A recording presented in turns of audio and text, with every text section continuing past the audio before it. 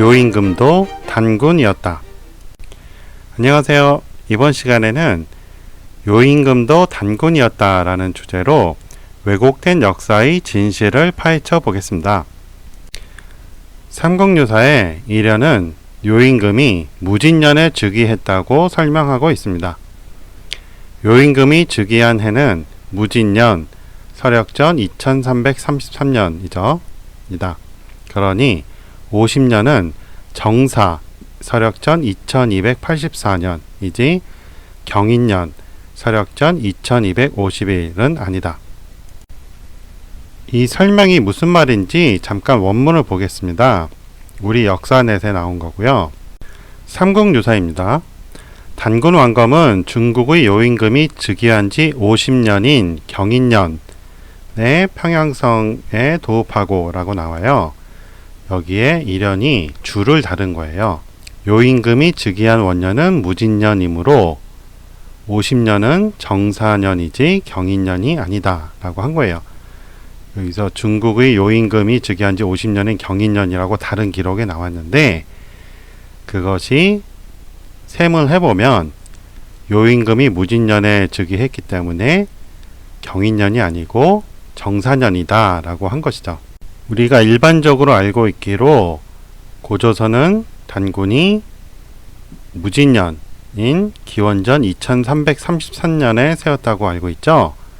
그런데 삼국유사에는 그때가 아니라 무진년으로부터 50년 후에 세워졌다고 한 거예요. 예문, 유치, 권 26, 언지 등의 요임금이 평양에 도읍을 했다고 합니다.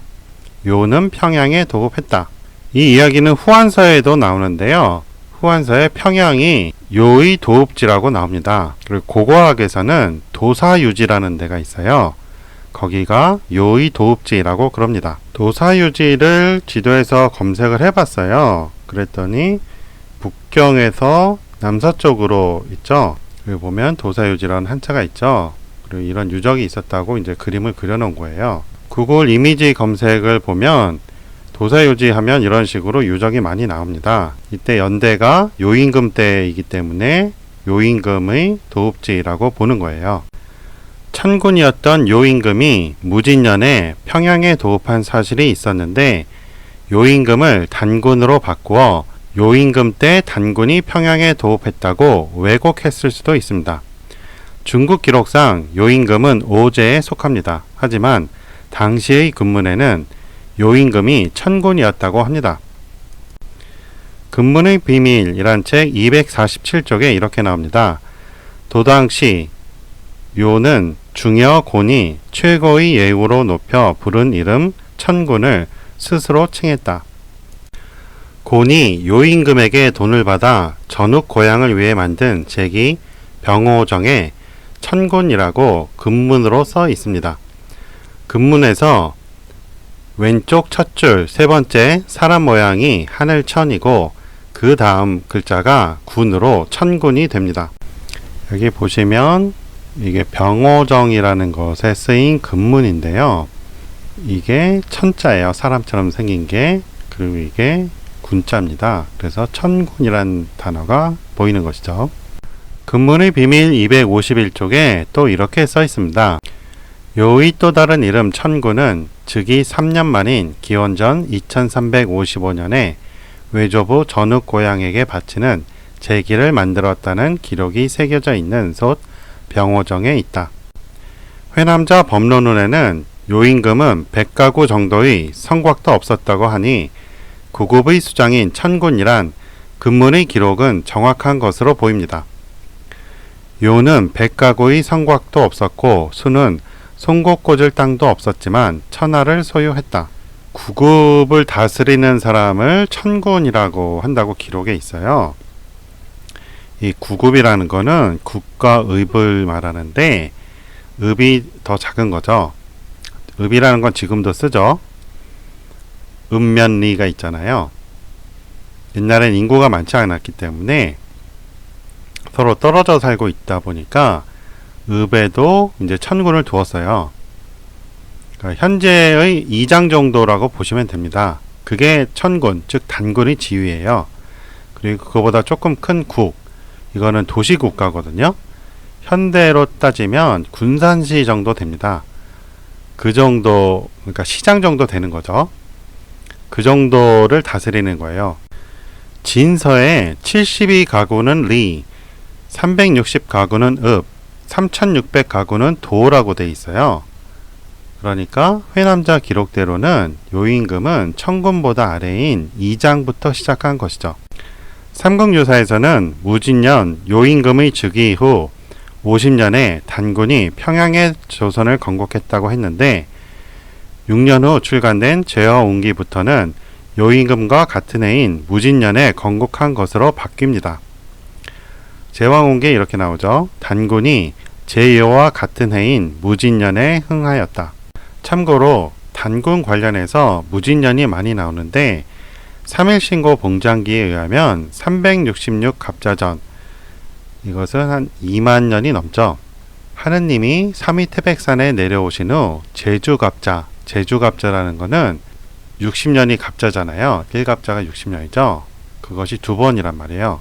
그래서 120년 또는 상중하갑자가 있어요. 그것을 한 번 도는 거를 주라고도 해요.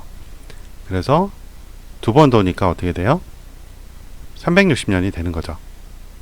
180년, 6 곱하기 3 180년이고 그것이 두 번이니까 360년이 되는 거예요.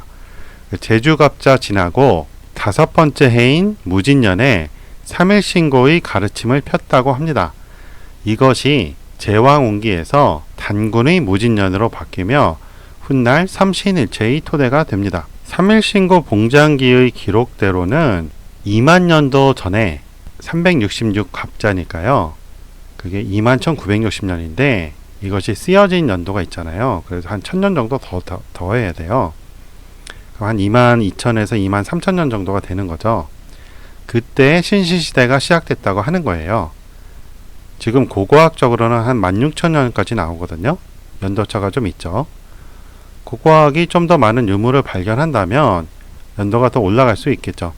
그때 하느님이 삼위태백산에 내려오셨고 그때부터 제주갑자 120년 또는 360년 지나서 3일신고를 반포하셨다라는 거거든요. 그 무진년이 계속 전래되다가 단군의 무진년으로 바뀐 거예요. 왜냐하면 삼국유사에서는 무진년이 요임금과 관련돼 있잖아요. 그러니까 제왕운기부터 단군의 무진년으로 바뀐 건데 이것은 원래 천조, 즉 환웅의 무진년이라는 거죠. 3일신고를 반포한 무진년이에요. 이것이 이 삼신일체 사상에 의해서 이게 바뀌기 시작했다는 거죠. 제왕운기에는 삼신일체는 안 나와요. 근데 이게 단군의 무진년이 되면서 훗날 삼신일체의 토대가 됐다는 거예요.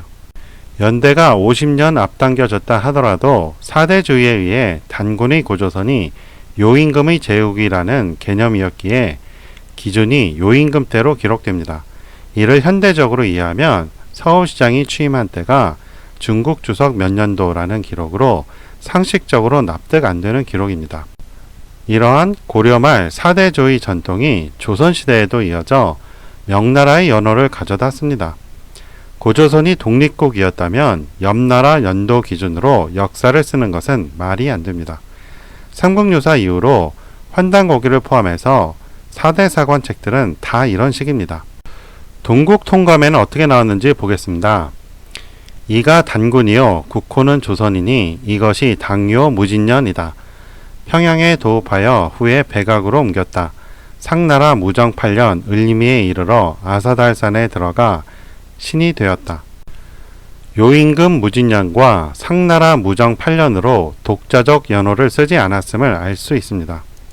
환단곡이 단군세기에도 같은 방식으로 쓰여 있습니다. 무진년 당나라 요임금 때 단국으로부터 아사달의 단목의 덫에 도래하니 국민들이 천재의 아들로 받들었다. 구안을 하나로 합하였고 신의 조화가 멀리까지 미치게 되었다. 이분을 단군 왕검이라 한다. 요임금 즉위년이 무진년이고 단군 즉위년이 무진년이며 둘 다 평양에 도읍했기에 요임금이 단군이라는 주장도 있으나 요임금은 천자 아래인 천왕까지만 승진해서 천자국인 군자국의 이천리를 제외한 일만리 중앙국을 다스렸기에 보다 좁은 만주에 고조선을 세웠다는 단군이 될 수 없습니다. 오늘 강의는 여기까지 마치고요. 혹시 광고가 나오면 끝까지 봐주시면 이 동영상 강의 제작에 도움이 됩니다. 고맙습니다. 안녕히 계세요.